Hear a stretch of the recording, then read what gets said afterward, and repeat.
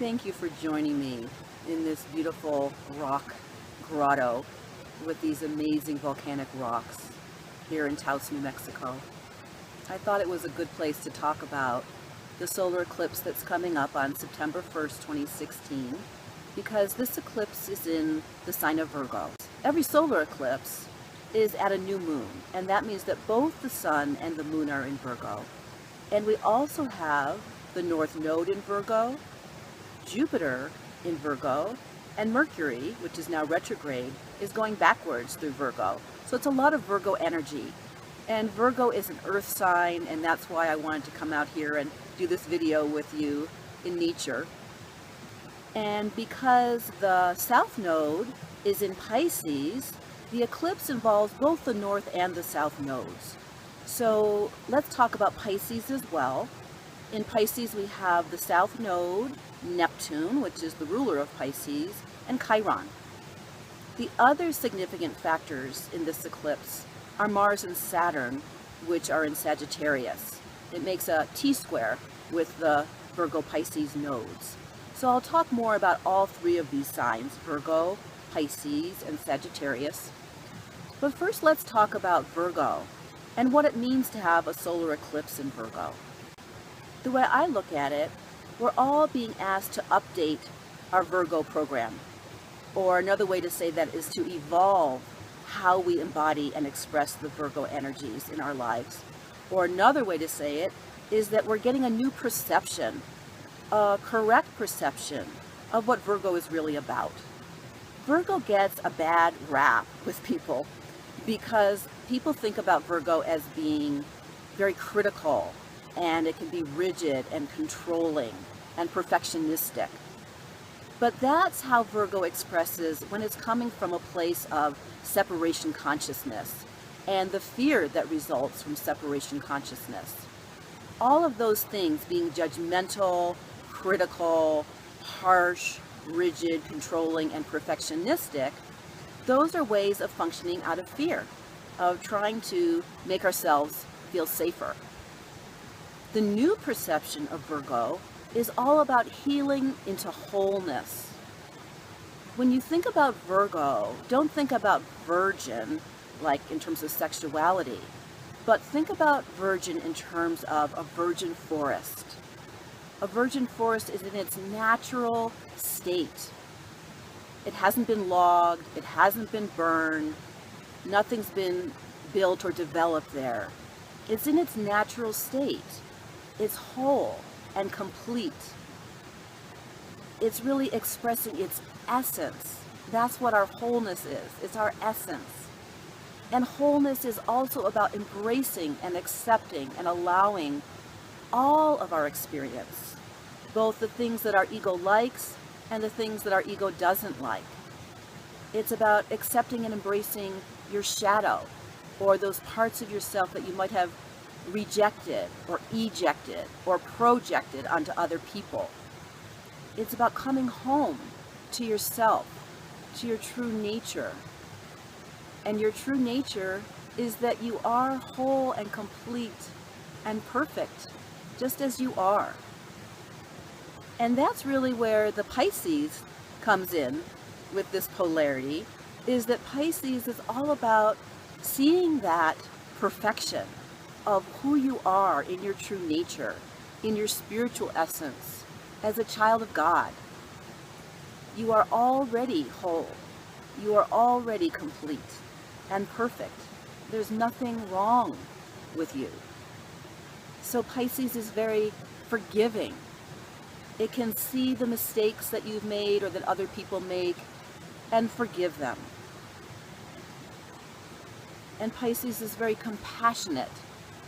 And it's that compassionate embrace that can accept and call home all of the parts of you. I'm standing here next to the Virgin, the Virgin of Guadalupe.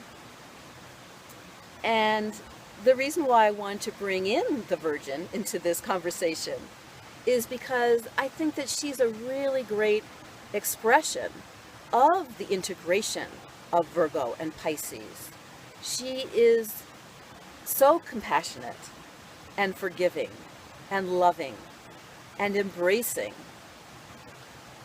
And she does accept us exactly as we are.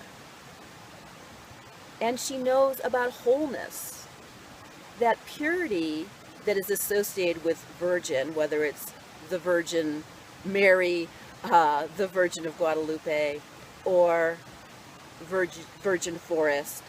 Again, it's not about not having had sex. It's about being whole and complete unto herself.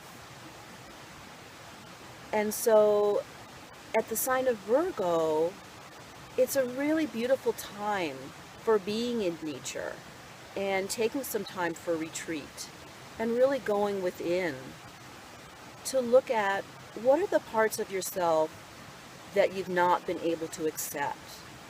What are those darker, more shadowy sides, including the fear? And being able to embrace those things, not reject them, not be critical of ourselves or judgmental towards others, to not be perfectionistic, because it's not about perfection, it's about wholeness. And the Pisces energies are really helpful for that kind of healing into wholeness, to have that compassionate, forgiving embrace of all of who you are and all of who we all are, including the things that are happening in the collective right now. So where does the Mars-Saturn come in? Mars and Saturn in Sagittarius is all about seeking the truth and being persistent, really going after that truth with the passion of Mars and the assertion of Mars, and standing on your own inner authority of what is true for you.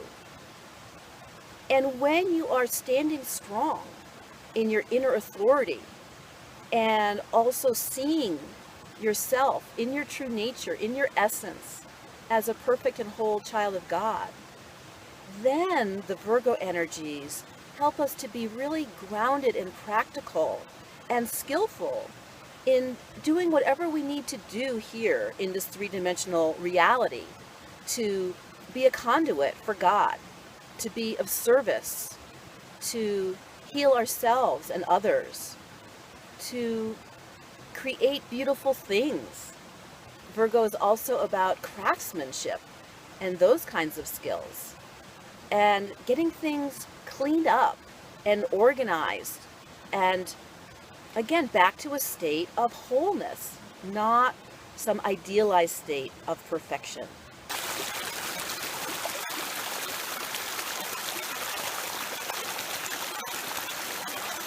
Pisces.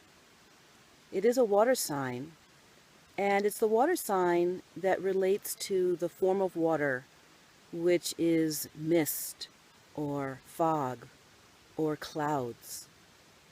And that mistiness of Pisces can help us to dissolve the boundaries, the illusory boundaries between who we are as humans, as personality selves that are separate from each other, and help us to merge into divine union with God, with all that is. That dissolving quality of Pisces can dissolve boundaries in a really beautiful, spiritual way. And it can help us to let go and forgive and be compassionate and treat each other and ourselves with unconditional love.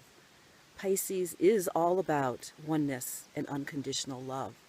When Pisces is expressed through unity consciousness.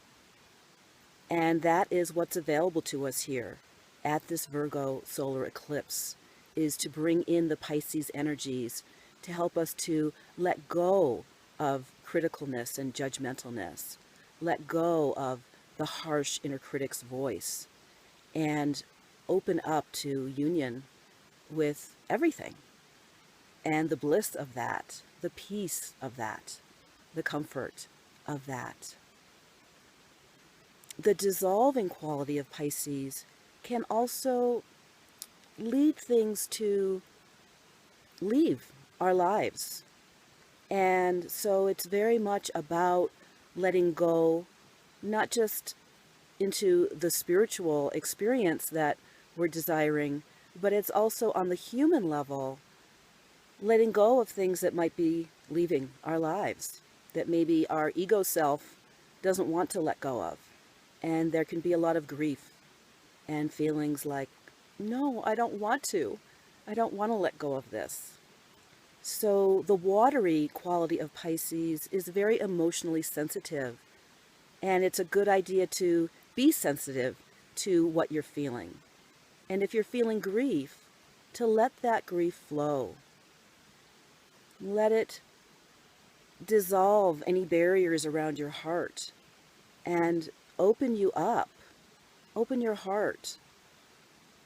One of the things about grief, even though it's so painful, is that as we follow our emotions, as we follow that grief and that sadness, and maybe even a sense of longing for something that we've lost, ultimately where that longing and grief takes us is into the heart of love, into the heart of God. So I know it can be really painful, and I've witnessed a lot of people around me in this past year losing a lot of things and going through a lot of grief. So be really gentle with yourself if that's what you're going through. And know that it does have a higher purpose, and that you will flow through this. It will flow through you if you allow the feelings to flow. They will flow through and on out, and you will be cleansed and renewed. So I also want to mention another aspect of the cleansing quality of water, and to relate that to Virgo. Both Pisces and Virgo are really good at healing and cleansing.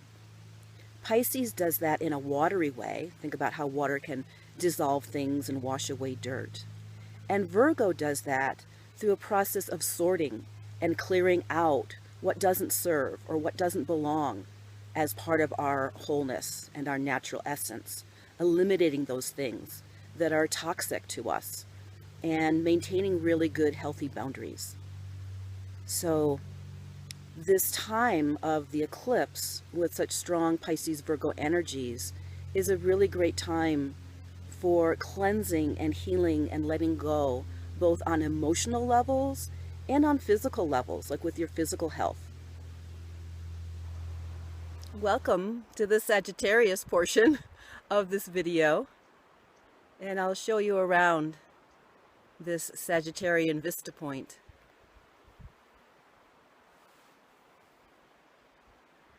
Sagittarius loves to be high up, to get a higher perspective, a broader perspective. And Sagittarius says, don't fence me in. I need a lot of room to roam and freedom to go where I want to go. So how does Sagittarius fit in with this solar eclipse in Virgo and with the Pisces polarity with Virgo? On the other side of the polarity with Virgo is Pisces. So we talked already about Virgo and Pisces, and now we bring in the Sagittarius energies because the planets Saturn and Mars are both in Sagittarius, making a T-square with the nodes in Virgo and Pisces. So this is about opening up your mind. Virgo can get so lost in the details, so focused on getting all your ducks in a row that you lose sight of the big picture. And Sagittarius is all about the big picture and the broader perspective and the higher perspective. It's like, well, what's really going on here? And what's really truly meaningful, so that you don't get lost in meaningless details. Or they might not seem meaningless, but it's just not the whole picture. And also Virgo can become very analytical. And again, Sagittarius helps to open up your mind and your perspective and look at things from a lot of different angles. How does Sagittarius interact with Pisces is that Pisces can be so connected to the oneness that it can be like having your head in the clouds and not having your feet on the ground and not really seeing things very clearly. But Sagittarius, especially with Mars and Saturn in Sag, it's about being very realistic and clear about your perceptions and not getting lost in fantasy or illusions or delusions, and also not getting lost into addictive patterns. The Saturn that's involved in this eclipse is saying, hey, you really need to see where your limits are. You need to see what's realistic. What are your responsibilities? What are your commitments? And it can also be a time of reevaluating. Well, the things that you've committed to, do you really want to take on those commitments? Or are you taking on too many responsibilities? So Saturn gives you a realistic look at things and shows you where your limits are. And we all need to have limits. And Virgo helps us with setting our boundaries. Both the Saturn in Sag and the Virgo energies are really great for being disciplined and hardworking and focused and getting things done. So while Pisces connects us to the spiritual realms, both Saturn in Sag and the Virgo energies really put our feet on the ground and help us get focused and clear on what we need to do on a practical level. The downside of Mars and Saturn in Sagittarius is that Sag can get kind of dogmatic about its perspective or its perceptions or its opinions. So remember to keep an open mind and keep this broad perspective. And I'll give you one more look at this view here to remind you to keep an open mind, to look at things from a higher vantage point.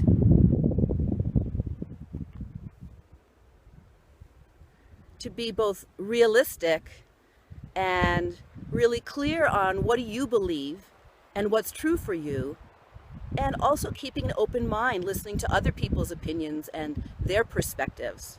This is especially important during this political season that we're in, this campaign season. Thank you so much for joining me in the Sagittarius place. I'm Sajit Green and I am a Sagittarius. That's what my name comes from, is Sagittarius. So I just love this kind of open vista, and I hope you've enjoyed it too.